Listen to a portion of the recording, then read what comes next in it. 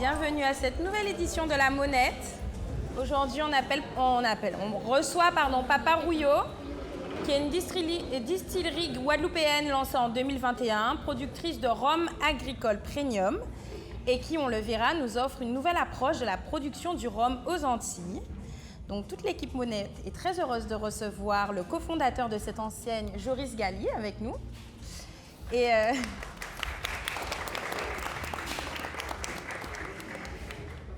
Qui animera aujourd'hui l'atelier qui nous fera découvrir l'univers du rhum Papa Rouillot. Bonsoir à tous. Merci de votre présence ce soir. Je vais commencer un petit peu par un petit sondage à main levée. Qui connaît le rhum agricole? Alors plus haut les mains de ceux qui connaissent la définition du rhum agricole. Qu'est-ce que le rhum agricole, monsieur? C'est le rhum qui est fait à base de jus de canne par opposition à la mélasse. Exactement. Donc c'est une spécialité des îles françaises, à savoir que 98% des rhums que vous allez retrouver dans le monde sont faits à partir de mélasse. La mélasse, c'est quoi? C'est un sous-produit de la production sucrière. Donc on va d'abord presser le jus et ensuite on va avoir un résidu qu'on appelle la mélasse et on va faire le rhum à partir de ça. Dans les îles françaises, on va faire du rhum à partir de 100% pur jus de canne. Donc ça va donner une aromatique et une texture très singulière à nos produits. Alors on fait des très bons rhums de mélasse, attention, mais c'est deux choses très différentes. C'est un peu le parallèle si vous faisiez du vin et que vous enleviez 50% de ce qu'il y a dans le jus de raisin, que vous faisiez du vin avec le reste, ça donnerait quelque chose de très différent. Donc nous, Papa Rouillot, on est la dernière année des distilleries guadeloupéennes. Avant nous, il y avait 80 ans qu'aucune distillerie n'avait été créée en Guadeloupe, en tous les cas. On fait du rhum agricole. On est une distillerie qui naît de la volonté d'un collectif de planteurs de la ville du Moule. Donc on est une des uniques distilleries aujourd'hui qui soit détenue par des indo- et afro-descendants. Et l'idée, pourquoi Papa Rouillot déjà à l'origine, Papa Rouillot, c'est un planteur de canne qui est né en 1900 et qui a commencé à planter de la canne en 1919 et qui a transmis en fait à sa famille, à sa descendance quelque part, l'amour de la terre et l'amour de la culture de la canne. À tel point que sa fille, Danielle Gali, a lutté quasiment pendant une vingtaine d'années, a fait un procès pendant une vingtaine d'années avec un collectif d'autres agriculteurs pour pouvoir conserver ce patrimoine. 2014, un collectif d'agriculteurs de la ville du Moule se réunit. Pourquoi? Parce qu'ils ont quelque part les mêmes problématiques. La canne ne rapporte plus grand-chose.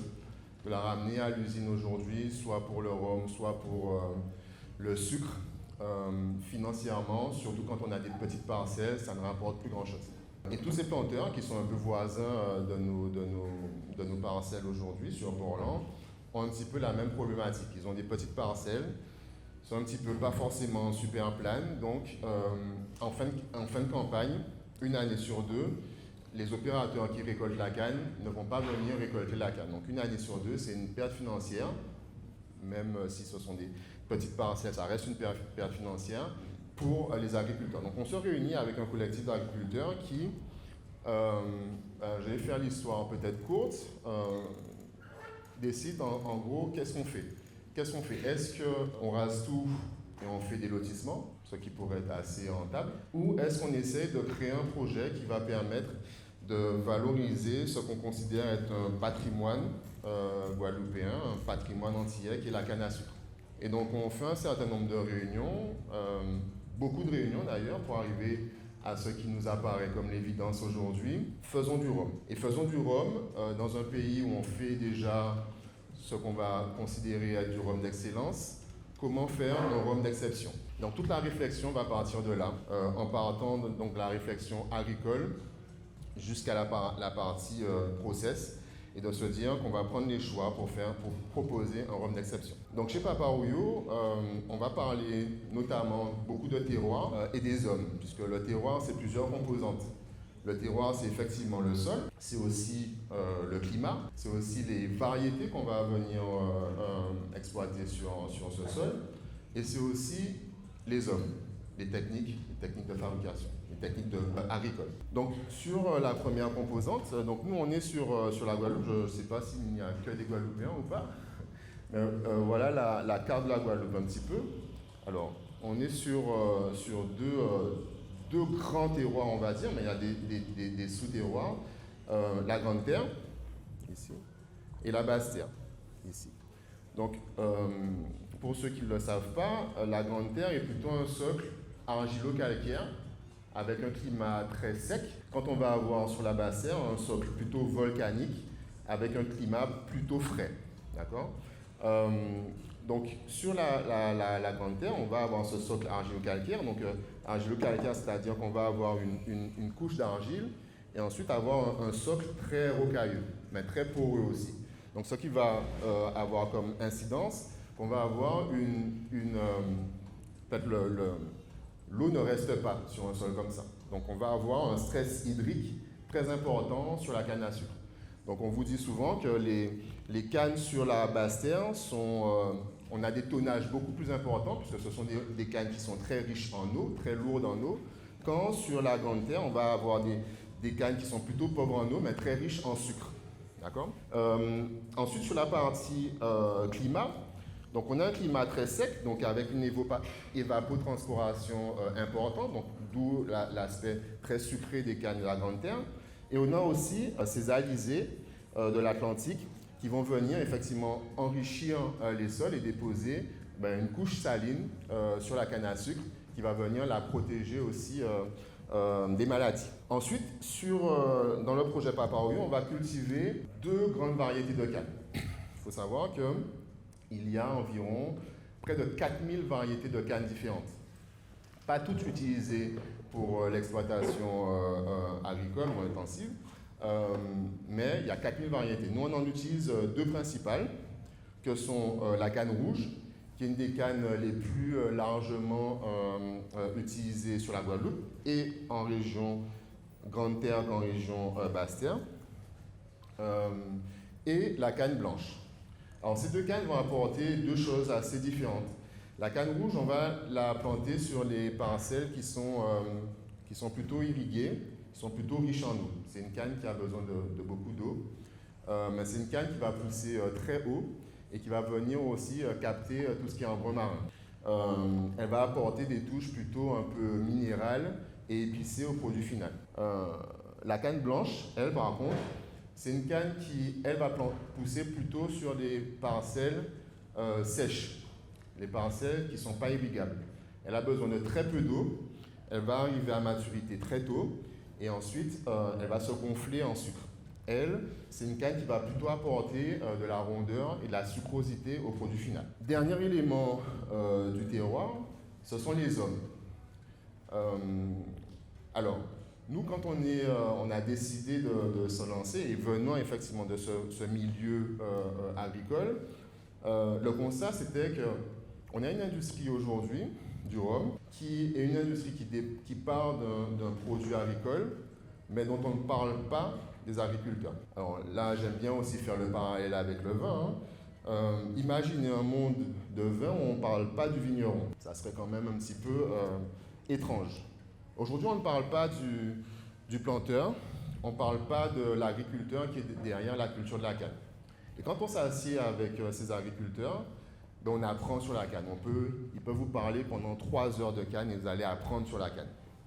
La canne à sucre, ce n'est pas juste une graminée qu'on envoie et qui pousse naturellement. Il y a un travail, il y a une technicité, il y a un savoir-faire. Et donc nous, on a voulu effectivement mettre en valeur ce patrimoine, ce savoir.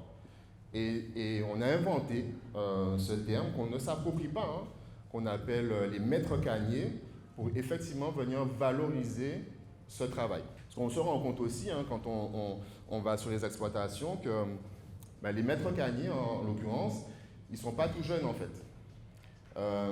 La canne, c'est quand même une culture qui est dure, qui n'attire pas beaucoup de jeunes. Mais oui, si on n'arrive pas à rendre ces activités-là un petit peu plus attractives, quid du rhum demain? Et on sera tous très tristes s'il y avait moins de rhum et moins de rhum agricole et moins de rhum de qualité. Donc l'idée par cette terminologie de mètre gagné, alors pas que nous, hein, l'idée que ce soit un élan collectif, de travailler à une valorisation du savoir-faire et des métiers de la canne. Voilà un petit peu les grandes lignes du projet Papa Rouillot. Ensuite, sur toute la partie agricole, on va avoir une attention particulière à la matière première. Donc, nous, on va couper ce qu'on appelle la canne longue. Je ne sais pas si vous avez déjà vu une récolte de canne à sucre, mais on a ces grosses machines qu'on appelle les titans qui passent sur les exploitations. C'est souvent du 33 tonnes et qui va venir vraiment tasser les sols. Et en tassant les sols, on va en extraire l'oxygène, on va tuer la vie microbienne, on va rendre le sol un peu neutre. D'accord ? Donc nous, on va éviter ça. On va couper la canne longue manuellement aujourd'hui. Pourquoi la canne longue ? Parce que là aussi, les machines elles vont couper la canne en petits tronçons d'environ 10 cm. Et donc, plus on va faire de blessures en fait, sur la canne à sucre, plus on va créer de blessures et plus les fermentations démarrent aux extrémités. Donc, plus on va avoir des départs en fermentation non contrôlés. Quand on a une canne longue, on a deux extrémités et donc on a un jus à l'intérieur de la canne qui est plus frais. Plus frais et donc il va avoir comme résultante qu'en fin de chaîne, on va avoir aussi un produit qui va retranscrire plus l'aromatique de la matière première. Donc la canne longue, ensuite en termes de process, on a nos moulins, ce qui va venir presser la canne en fait, très proche de nos parcelles. Donc là aussi, pour pouvoir presser la canne le plus rapidement possible une fois qu'elle a été coupée. Puisque plus la canne va rester une fois coupée sur le champ, et plus là encore, on va avoir des départs en fermentation non contrôlés. Donc on va presser la canne très tôt pour avoir le jus le plus frais possible. Une fois qu'on a pressé cette canne, là on va passer à l'outil de fermentation et l'outil de distillation. Donc nos champs effectivement sont au moule, ici, et la distillerie pour l'instant est sur goyave. Donc on va ramener les jus sur goyave et on va commencer la fermentation. Alors la fermentation, c'est une des étapes les plus importantes dans le processus de fabrication, puisque c'est au cours de la fermentation qu'on va venir créer l'aromatique. En général, dans l'industrie, on est plutôt sur une fermentation d'environ 24 heures. Nous, on est sur des fermentations de 48 à 72 heures.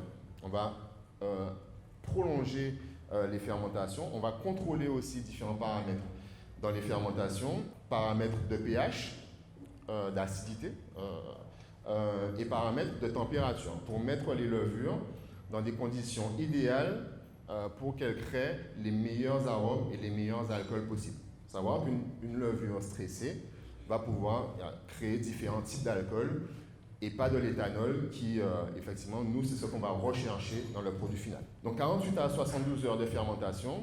Et ensuite, un des éléments les plus différenciants du projet Papa Rouillot, c'est qu'on a décidé d'innover en revenant à des techniques ancestrales. C'est-à-dire que dans notre outil de distillation, on a décidé de revenir à l'alambic, en double distillation. Il faut savoir qu'à l'époque, tous les rhums étaient distillés en alambic.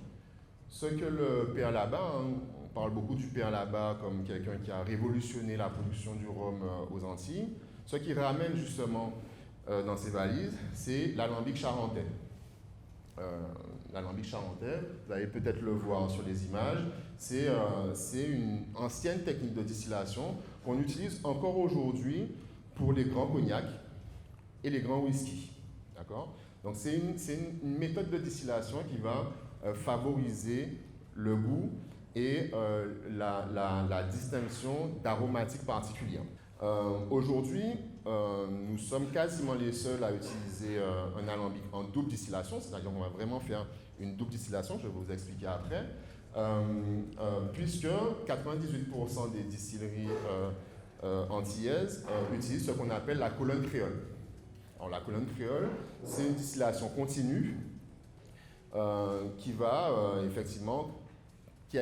qui est dans l'histoire du rhum est relativement jeune, une invention relativement jeune et qui va permettre effectivement de produire beaucoup de rhum très vite. La contrepartie effectivement de la distillation alambique, c'est que c'est une double distillation, donc on va venir concentrer une concentration, mais c'est une distillation qui prend beaucoup de temps et qui donne très peu de rhum. Donc voilà dans les grandes lignes les éléments de process qui font de Papa Royaux un produit effectivement très différent. Alors aujourd'hui on ne dit pas nécessairement meilleur, hein. Après c'est la dégustation qui va en juger, mais très différent de ce que vous allez pouvoir retrouver en termes de rhum mondialement et singulièrement nos rhums agricoles que nous connaissons. C'est le moment de la dégustation du coup, donc on va pouvoir découvrir tout ça. Vous avez des petits cartons sur les tables qui vous expliquent comment procéder. Donc je vous laisse regarder, jeter un petit coup d'œil et puis voilà. Alors, au niveau de la dégustation, on vous a fourni des petits éléments qui vont vous permettre d'accompagner votre dégustation. Donc c'est celle-ci qui va vous permettre effectivement de nommer, d'avoir quelques familles aromatiques qu'on va pouvoir découvrir. L'aspect visuel aussi, l'aspect olfactif et gustatif. Alors avant de déguster, je vais vous donner quelques indications que vous allez retrouver ici, aussi sur cette fiche, pour une bonne dégustation.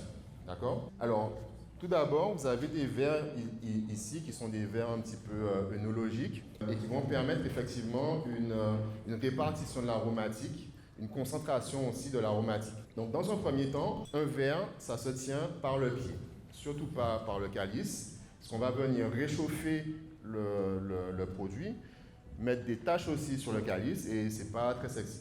D'accord? Ensuite, la première partie, c'est la partie plutôt visuelle de la dégustation.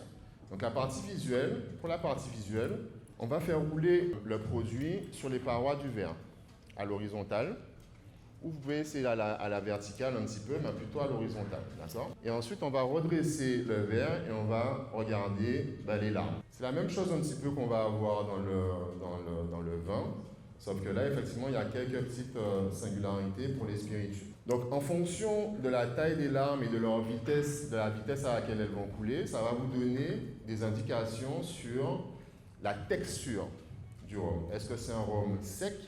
Est-ce que c'est un rhum gras? Plus on va avoir des gouttes épaisses et lentes, et plus on va avoir quelque chose de gras. Plus on va avoir des gouttes fines et rapides, et plus on va avoir quelque chose de sec. D'accord? Quelqu'un veut s'exprimer sur cette partie? Qu'est-ce que vous avez? On a plutôt quelque chose de gras, voire très gras. Ça, c'est beaucoup ce qu'on va avoir sur des distillats distillés en alambic. Ensuite, on va passer à la partie olfactive. Alors, sur la partie olfactive, toujours, on va mettre le verre un petit peu à l'horizontale, comme ça, pour avoir un cercle face au nez, en fait. Et à la différence du vin, on ne va pas mettre le nez à l'intérieur. Là, on est à 51 degrés. Ça risque d'être désagréable, d'accord? Donc, pourquoi on va placer le nez en haut du cercle? Parce qu'en bas du cercle, on va avoir plutôt l'aromatique lourde. On va avoir l'alcool, en fait, en bas du cercle. En haut du cercle, on va avoir les aromatiques légères. On va avoir vraiment les arômes. Donc, on va plutôt mettre le nez en haut du cercle et on va faire bouger le nez, les narines, puisqu'on ne va pas avoir la même sensation en fonction de la narine, en fait. Pour avoir un petit kick d'aromatique supplémentaire, on va casser les molécules d'aromatique sur la paroi du verre et on va recommencer le processus.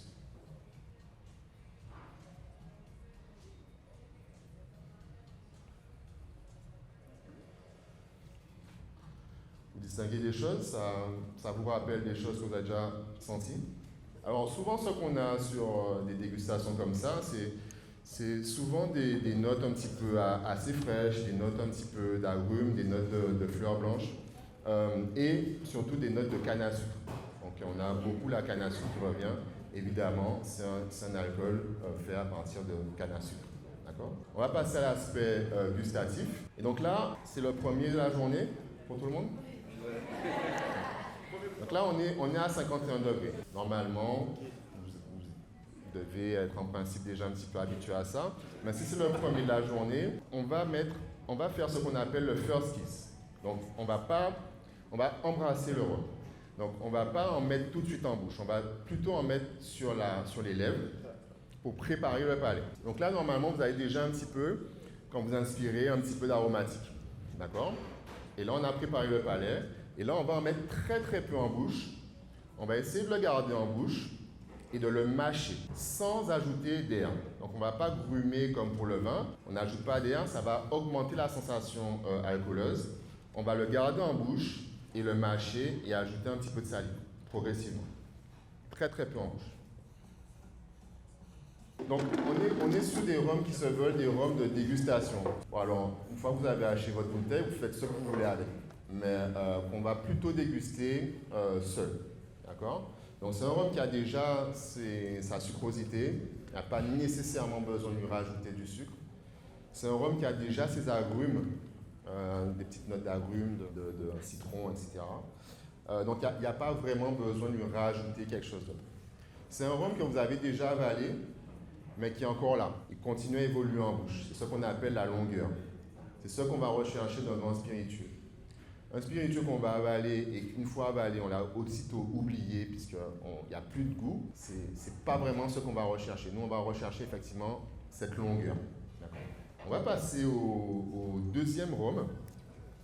On va passer à Rejeton, qui est le grand frère de Œilleton et qui, vous allez voir, est très très différent en termes d'aromatique, puisque là, on sera sur une base de, je vous ai dit tout à l'heure, 80% canne blanche, 20% canne rouge. Là, on est sur les proportions inverses. Donc, 80% canne rouge, 20% canne blanche.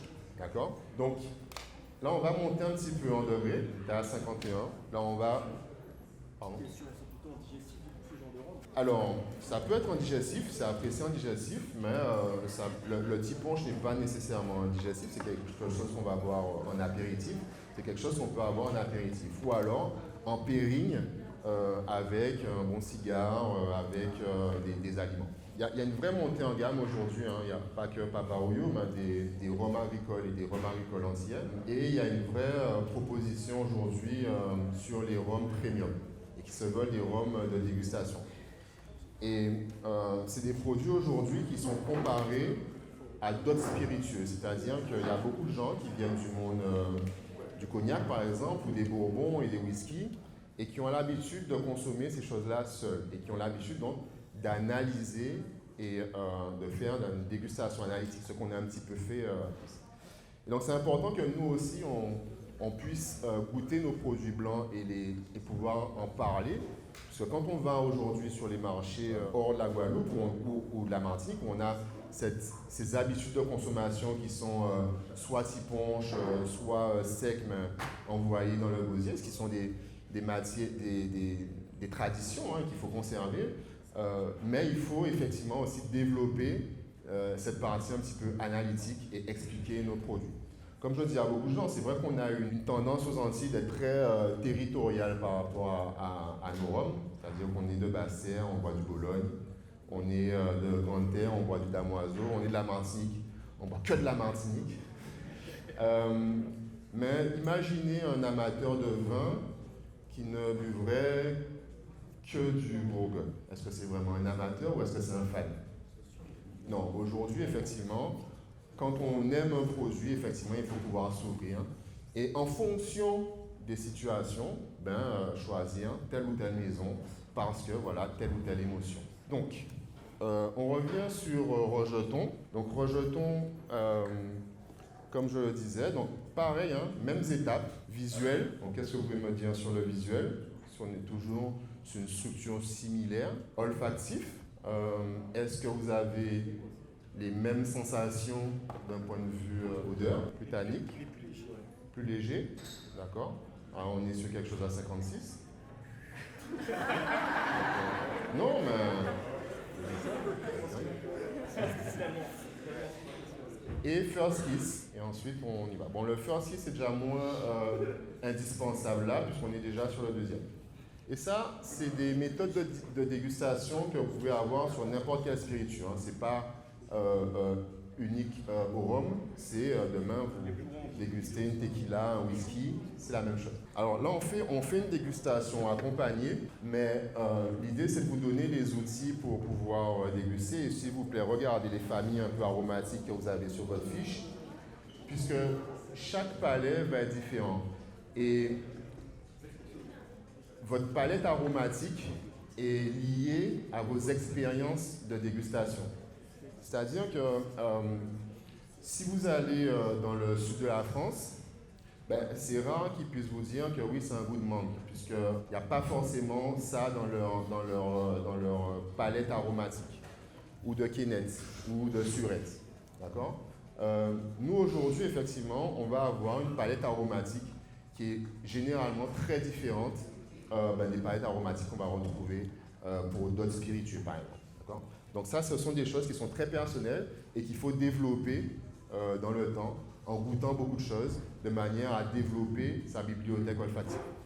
Donc, est-ce que vous avez la même sensation? Vous voyez qu'on a 2 rhums, aujourd'hui faits sur le même terroir, à 5 degrés de différence, mais avec 2 aromatiques complètement différentes. On est sur aussi 2 variétés, 2 composantes en termes de variétés très différentes. Là, on est sur du 80% canne rouge, 20% canne blanche. D'accord? Donc, imaginez effectivement la variété de choses à faire autour du rhum et de ce qu'on peut vraiment créer comme valeur autour du rhum. Savoir qu'une canne rouge plantée en basse terre ne va pas donner du tout la même chose qu'une canne rouge plantée en grande terre. J'ai entendu plus fort? C'est un peu fort? Là, on est monté en watts. Mais vous verrez aussi là que je vous ai parlé de longueur sur le premier. Là, vous rentrez chez vous, je ne sais pas où vous habitez, il sera encore là. Et nous, c'est ce qu'on va vraiment rechercher aujourd'hui sur les produits Papa Rouillot, d'avoir vraiment cette longueur. Très bien. Donc, on va passer à la dernière dégustation, donc le rhum Semblage, qui est du coup un rhum vieux. Donc là, on est sur le dernier rhum que je vais vous présenter ce soir.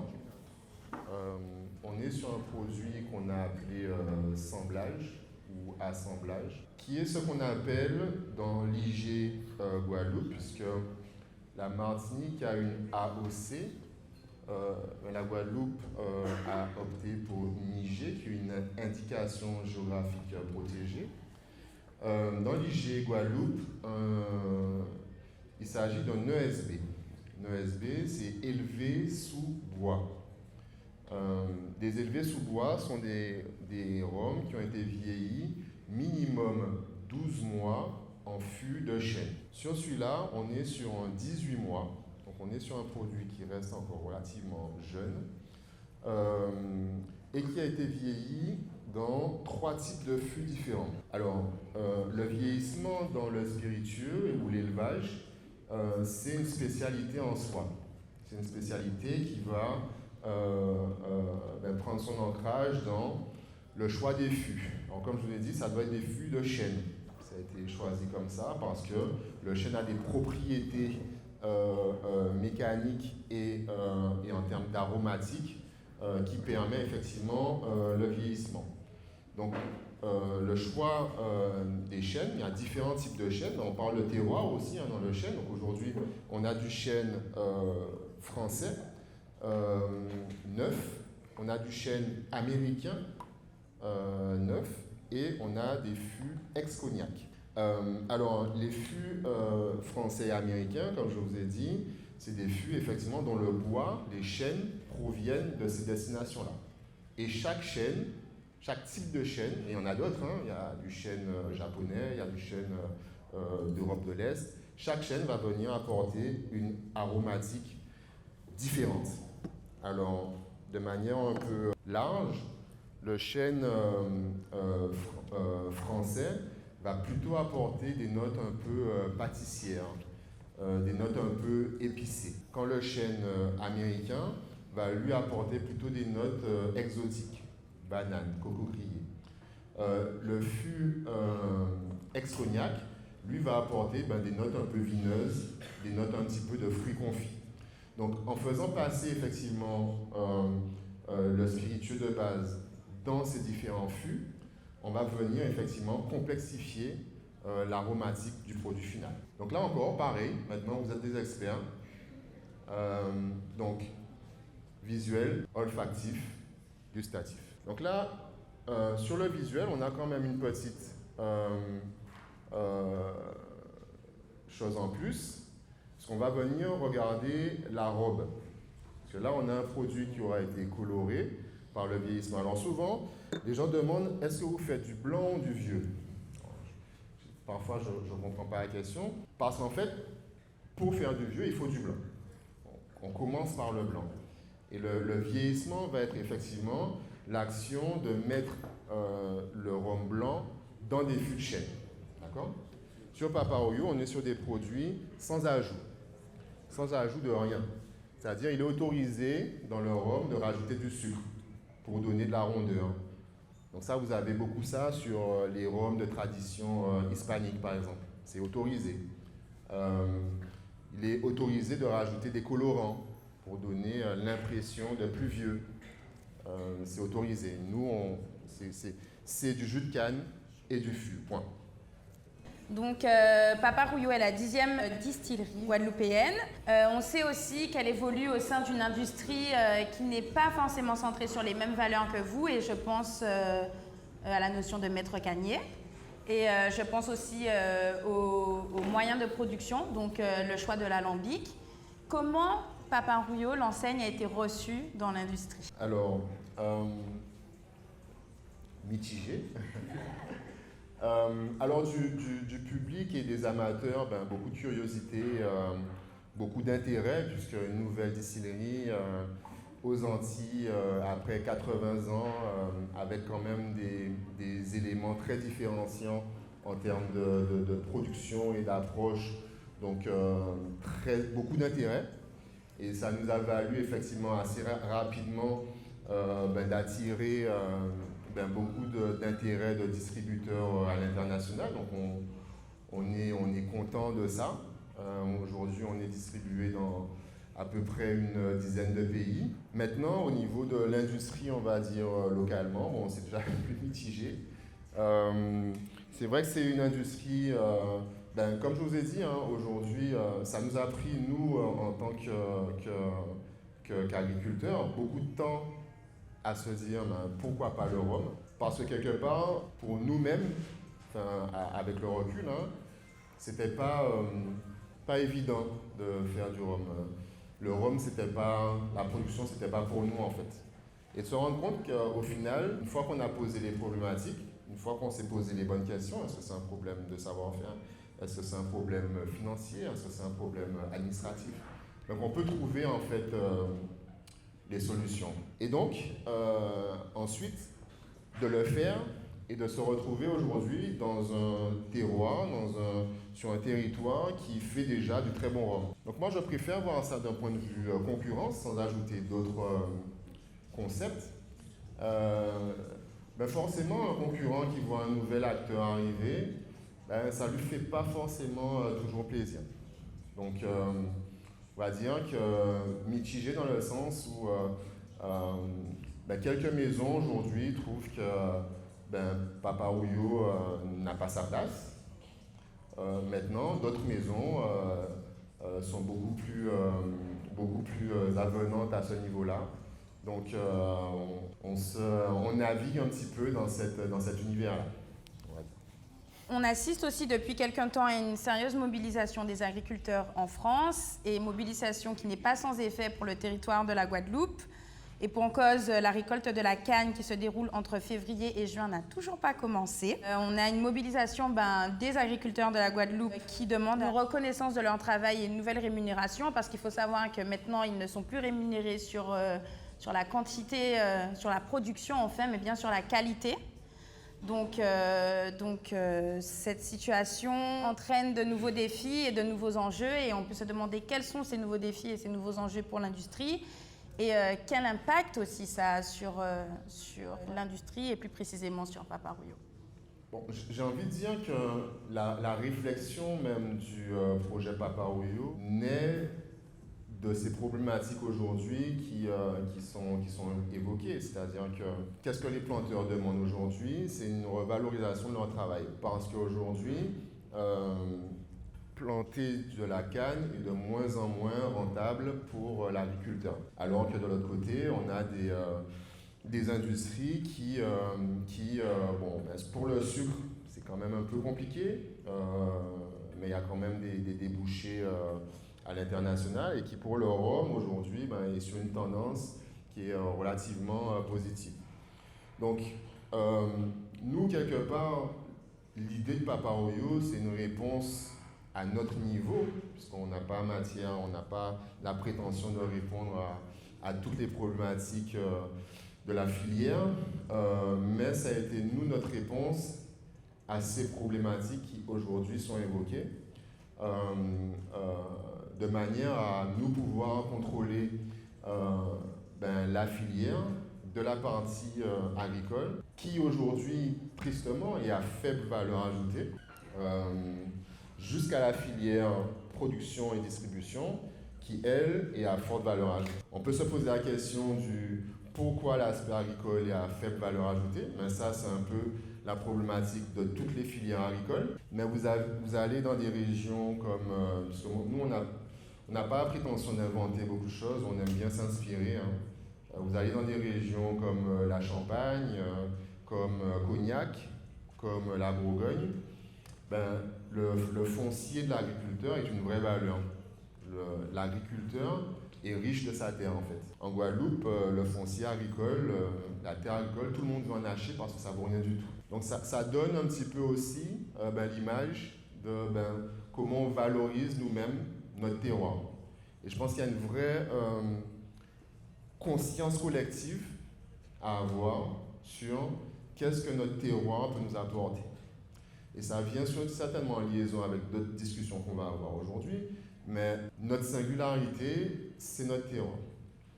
Moi, mes machines, je peux les exporter en Chine. Je peux moi-même m'exporter en Chine. Je peux exporter mes variétés de canne en Chine.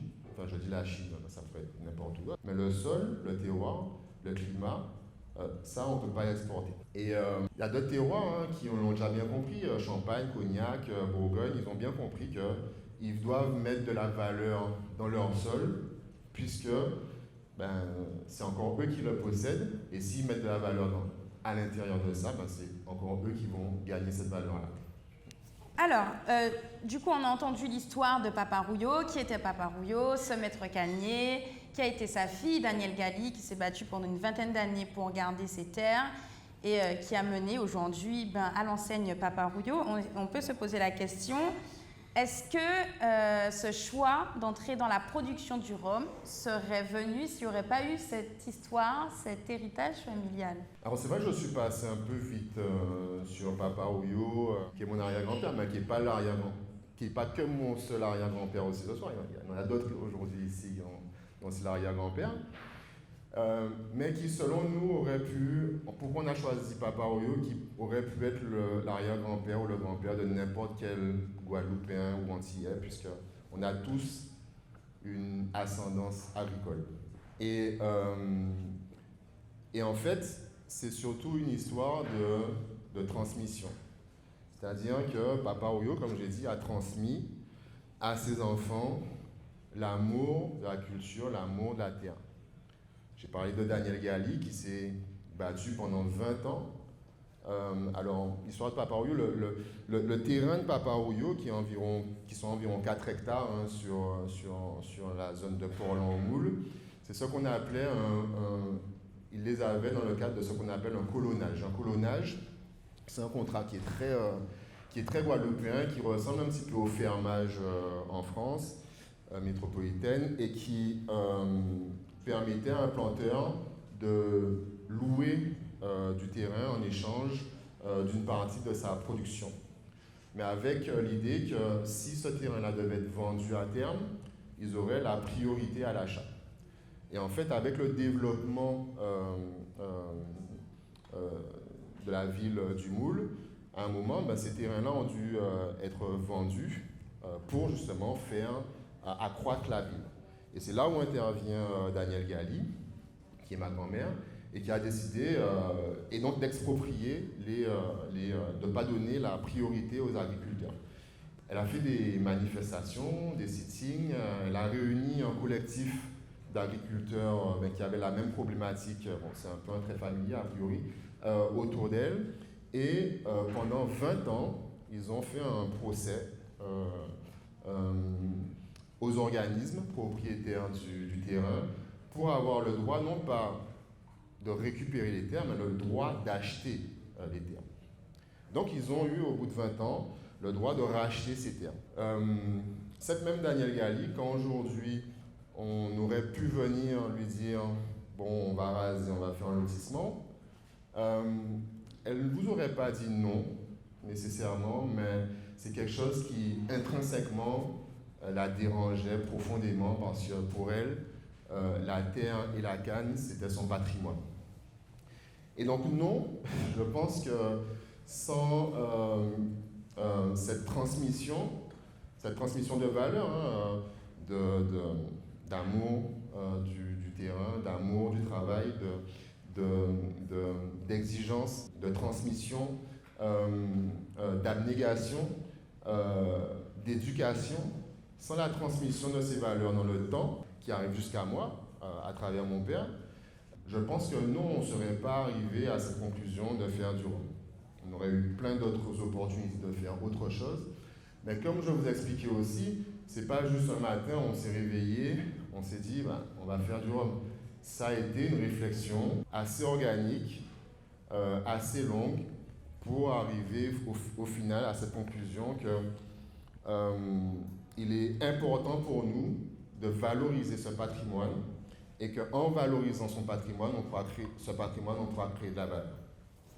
Alors, on a entendu l'histoire de Papa Rouillot, le maître cannier, de sa fille qui a su se mobiliser avec d'autres acteurs du milieu pour en pouvoir conserver les terres. Et on voit aujourd'hui le produit de tout cet héritage. Papa Rouillot l'enseigne. Et ça nous permet de faire, enfin ça fait écho surtout à la phrase que l'un des groupes a eue et on a une histoire particulière, on a aussi des responsabilités du fait de notre passé. Nous ne devons pas agir par culpabilité mais en responsabilité et ça soulève un peu la question du devoir culturel. Et donc on peut te demander, est-ce que tu as ressenti à un moment la centralité de ce devoir culturel dans cette production, et puis comment on pourrait le définir. Et je vous invite tout le monde à interagir avec Joris sur cette question. Alors j'ai découvert la définition et je ne pense pas qu'on l'a forcément réfléchi en tant que tel en se disant on a un devoir culturel. Mais c'est plus quelque chose qu'on a effectivement ressenti et ça c'est certainement dû à notre éducation. Mais aussi un moyen aussi de se différencier. Moi j'ai fait pas mal de choses, notamment une école de commerce. Et une des choses qu'on nous a dites pour se différencier, il est important de penser local et d'agir globalement. Pourquoi penser localement? Parce qu'effectivement, c'est ça qui va nous donner une différence par rapport au reste. Et notre culture est relativement singulière par rapport au reste du monde. Donc si on veut effectivement être différent des autres, je pense qu'il est important de s'appuyer sur notre culture, d'en trouver les bons aspects, de la valoriser et en fait de proposer des choses singulières qui, on le souhaite, plairont au plus grand nombre. Donc oui, j'ai ressenti mais sans le savoir. Pour finir, on l'a un peu entendu, mais est-ce qu'il y a un impact particulier que vous aimeriez avoir et qui se dégage dans tout ça? Quand on investit sur un projet comme ça, et je pense que nous, je dis souvent nous parce que je ne vais pas dans ces projets-là seul, je vous ai dit, sur Papa Rouillot par exemple, c'est un collectif, on travaille beaucoup en famille. Et donc, quand on va sur des projets comme ça, et sur un projet de rhum, un produit rhum par exemple peut être vieilli quasiment 20 ans. Il faut avoir une vision de long terme. Certains des rhums que je mets à vieillir aujourd'hui, peut-être que ce n'est pas moi qui les consommerai. Et donc, l'aspect de la transmission est de construire pour la durée, de construire aussi, donc j'ai beaucoup parlé du passé, de la responsabilité du passé, mais de la responsabilité aussi de ceux qui viennent après. C'est important pour nous aussi, parce que c'est une brique après l'autre qu'on construit quelque chose en fait. Donc s'il y a une trace qu'on veut laisser, effectivement, c'est laisser la trace de quelque chose qui nous aura perduré dans le temps. Ben merci. Voilà, merci beaucoup Joris. Merci en tout cas pour la présentation de Papa Rouillot. Merci pour cette histoire. Merci pour ce produit qui est issu de tout ça. Merci beaucoup.